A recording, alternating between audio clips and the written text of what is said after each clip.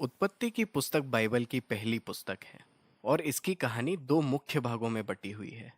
इसके 1 से 11 अध्याय हमें परमेश्वर और उसके जगत की कहानी बताते हैं और फिर अध्याय 12 से 50 तक कहानी परमेश्वर और सिर्फ एक इंसान अब्राहम पर और फिर उसके परिवार पर केंद्रित हो जाती है। 12वें अध्याय की शुरुआत में ये दोनों भाग एक कहानी की कड़ी से जुड़ जाते हैं। ये रूपरेखा हमें पुस्तक के पूरे संदेश को समझने का सुराग देती है और हमारा परिचय पूरी बाइबल की कहानी से भी कराती है। ये पुस्तक परमेश्वर द्वारा अव्यवस्था और अंधकार को अपने हाथों में लेने से शुरू होती है, जिसका वर्णन बाइबल के दूसरे वाक्य में किया गया है। परमेश्वर इसमें से सुव्यवस्था, सुंदरता और भली बातों को बाहर लाता है। वो एक ऐसी दुनिया बनाता है जहाँ जीवन फल फूल सकता है। परमेश्वर मनुष्य कहे जाने वाले इन प्राणियों को बनाता है जिन्हें हिब्रू में आदम कहा जाता है। वो उन्हें अपने स्वरूप और समानता में बनाता है। उन्हें परमेश्वर के इस संसार में अपनी भूमिका और उद्देश्य को पूरा करना था। मनुष्य को इस संसार में परमेश्वर का चरित्र प्रदर्शित करने के लिए बनाया गया है। वो परमेश्वर के प्रतिनिधियों के रूप में उसके संसार पर राज करने के लिए नियुक्त किए गए थे, जिसका इस संदर्भ में अर्थ है कि वो इसकी सारी क्षमताओं का उपयोग करे, इसकी देखभाल करे और इसे ऐसा स्थान बनाए जहां और भी ज्यादा जीवन फल फूल सके। परमेश्वर मनुष्यों को आशीष देता है। ये इस पुस्तक का मुख्य वचन है। उसने उन्हें एक बगीचा दिया, एक ऐसी जगह जहां से वो इस नई दुनिया का निर्माण शुरू करे। मुख्य बात ये थी कि ये मनुष्य को ही चुनना था कि वो इस नए जगत का निर्माण कैसे करेगा। इसे भले और बुरे के ज्ञान के पेड़ के द्वारा दिखाया गया है। अब तक परमेश्वर ने उन्हें बताया था कि क्या अच्छा है और क्या अच्छा नहीं है, लेकिन अब परमेश्वर मनुष्यों को उनकी पहचान तथा चुनने की आजादी देता है। क्या वो परमेश्वर द्वारा बताए गए भले और बुरे पर भरोसा रखेंगे, या क्या वो अपनी आजादी को अपने हाथों में लेकर खुद भले और बुरे का निर्णय लेंगे? ये सच में एक बड़ा जोखिम था। परमेश्वर के विरुद्ध विद्रोह करना मौत को गले लगाना था, क्योंकि आप जीवन के दाता से दूर जा रहे हैं। ये जीवन के पेड़ के द्वारा दिखाया गया है। अध्याय 3 में एक रहस्यमय किरदार, एक सांप, कहानी में प्रवेश करता है। सांप का कोई परिचय नहीं दिया गया, सिवाय इसके कि ये परमेश्वर द्वारा बनाया गया एक प्राणी है। ये स्पष्ट हो जाता है कि ये परमेश्वर के खिलाफ विद्रोह करने वाला प्राणी है। ये मनुष्यों को विद्रोह और उनकी मृत्यु की ओर ले जाना चाहता है। सांप पेड़ और चुने जाने की एक अलग ही कहानी बताता है। वो कहता है कि भले और बुरे का ज्ञान पाकर तुम मरोगे नहीं, परंतु तुम जीवन पाकर स्वयं परमेश्वर के जैसे बन जाओगे। ये एक भयंकर व्यंग था, क्योंकि हम जानते हैं कि मनुष्य पहले से परमेश्वर के स्वरूप और समानता में था। वो परमेश्वर के स्वरूप को प्रतिबिंबित करने के लिए बनाए गए थे। परमेश्वर पर भरोसा करने की बजाय मनुष्य ने अधिकार अपने हाथों में ले लिया। वो खुद के लिए भले और बुरे का ज्ञान पा लेते हैं और एक पल में पूरी कहानी नियंत्रण से बाहर हो जाती है।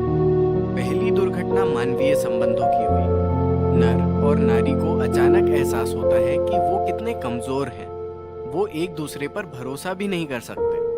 वो वस्त्र बनाते हैं और एक दूसरे से अपना शरीर छिपाते हैं। दूसरी दुर्घटना ये हुई कि परमेश्वर और मनुष्यों के बीच नजदीकी का संबंध टूट गया, तो वो जाकर खुद को परमेश्वर से छिपाते हैं। जब परमेश्वर उनसे मिलते हैं तो वो एक दूसरे पर दोष लगाने लगे कि किसने पहले आज्ञा तोड़ी। अब यहीं पर ये कहानी खत्म हो जाती है। यहाँ ऐसी छोटी कविताएं हैं जिनमें परमेश्वर पहले सांप को और फिर मनुष्यों को उनके कार्य के दुखद परिणामों के बारे में बताता है।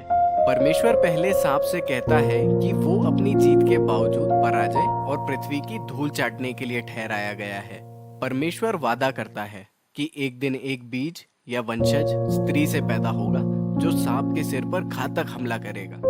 ये बड़ी खबर की तरह लगती है, लेकिन इस विजय की कीमत अदा करनी पड़ेगी, क्योंकि जब सांप का सिर कुचला जाएगा तो वो भी उस वंशज की एड़ी को डसेगा। ये इस घायल विजेता का बहुत ही रहस्यमय वादा है। लेकिन कहानी के प्रवाह में अब तक आप देखते हैं कि ये एक परमेश्वर के अनुग्रह का कार्य है। मनुष्य सिर्फ विद्रोह करता है और परमेश्वर क्या करता है? वो उन्हें बचाने का वादा करता है।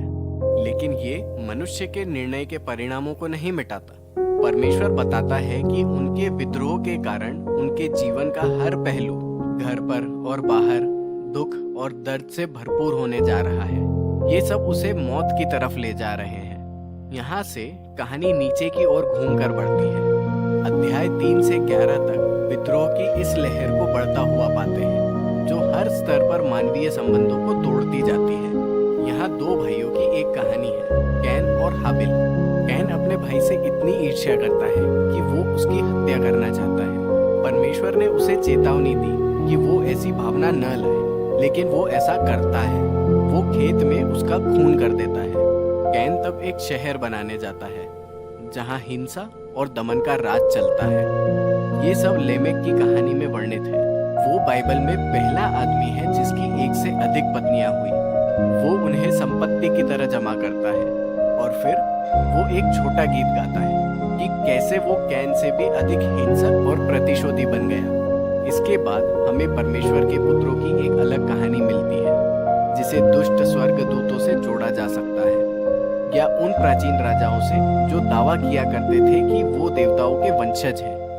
लेमेक की तरह उन्होंने जितनी वो चाहते थे उतनी पत्नियों को रखा, और उन्होंने पुराने महान योद्धा नेफिलिम को पैदा किया।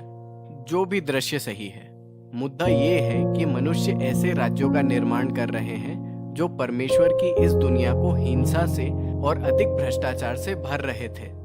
जवाब में हमें बताया जाता है कि परमेश्वर दुखी हो जाता है। मनुष्य अपनी अच्छी दुनिया को बर्बाद कर रहा है और वो एक दूसरे को भी बर्बाद कर रहा है, और इसलिए दुनिया की अच्छाई को बचाए रखने की चाहत में वो एक भयानक बाढ़ के साथ मनुष्य की बुराई को नष्ट कर देता है। लेकिन वो एक निर्दोष मनुष्य नूह और उसके परिवार की रक्षा करता है। वो उसे एक नए आदम के रूप में स्थापित करता है। वो ईश्वरीय आशीष को दोहराता है और उसे दुनिया में बाहर जाने के लिए आज्ञा देता है। तो हमारी आशाएं तो बहुत अधिक हैं, लेकिन फिर नूह भी एक बगीचे में विफल रहता है।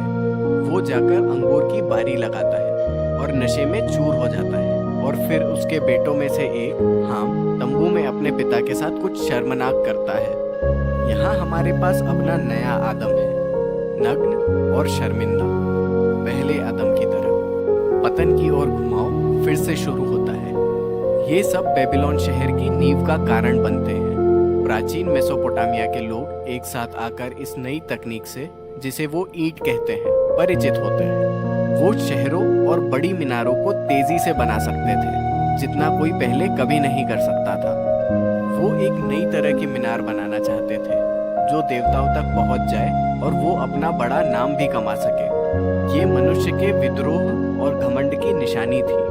ये बगीचे का विद्रोह था जो अब बढ़ चुका था। परमेश्वर ने उनके घमंड को कम किया और उन्हें तितर-बितर कर दिया। ये कहानियां एक अलग समूह है, लेकिन आप देख सकते हैं कि वो सब एक ही मूल बात की तलाश कर रहे हैं। परमेश्वर मनुष्यों को अपनी दुनिया के साथ भला काम करने का मौका देता रहा और मनुष्य इससे भागता रहा। इन कहानियों का दावा है कि हम एक अच्छी दुनिया में रहते हैं, जिसे हमने बुरा बना दिया है। हम सभी ने भले और बुरे को अपने तरीके से परिभाषित करना चुना है।